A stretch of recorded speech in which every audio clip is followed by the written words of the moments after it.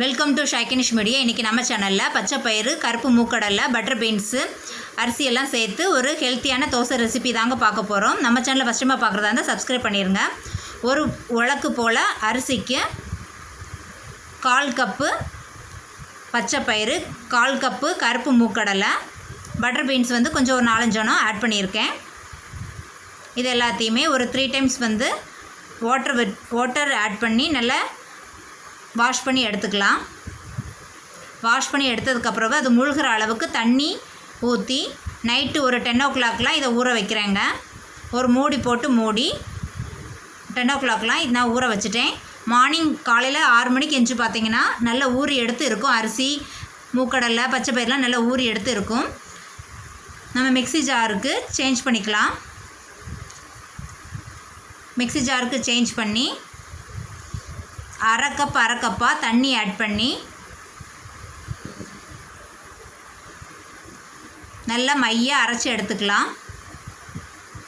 இந்த மாதிரி நைஸாக நல்லா மையாக அரைச்சி எடுத்துக்கோங்க. நைட்டு 10 மணிக்கு ஊற போட்டு காலையில் 6 மணிக்கு அரைச்சி எடுத்துட்டேன். நல்லா ஊறி இருக்கும். இப்போ தேவையான அளவு உப்பு ஆட் பண்ணிக்கோங்க.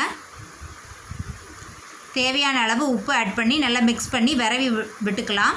தோசை மாவு பதத்துக்கு தேவையான அளவு தண்ணி ஊற்றி விரவி எடுத்துக்கோங்க.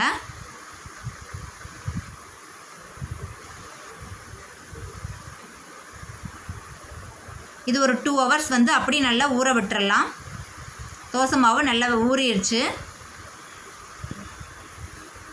ஒரு 2 hours ஊறினதுக்கப்புறம் நம்ம தோசை சுட்டால் நல்லா சாஃப்டாக மெதுவாக வரும்.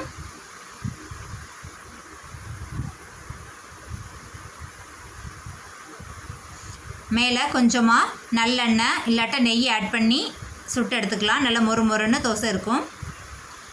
பசங்களுக்கு இந்த மாதிரி எண்ணெய் விட்டு கொடுக்கும்போது விருப்பமாக சாப்பிடுவாங்க. ஹெல்த்தியான தோசை ரெசிபிங்க. பச்சை பயிறு, கருப்பு மூக்கடலை எல்லாம் ஆட் பண்ணி பண்ணியிருக்கனால ஹெல்த்தியான தோசை ரெசிபி. வீக்லி டாய்ஸ் இந்த மாதிரி தோசை ரெசிபி நீங்கள் சாப்பிட்லாம். ட்ரை பண்ணி பாருங்கள். பாய், see you, take care.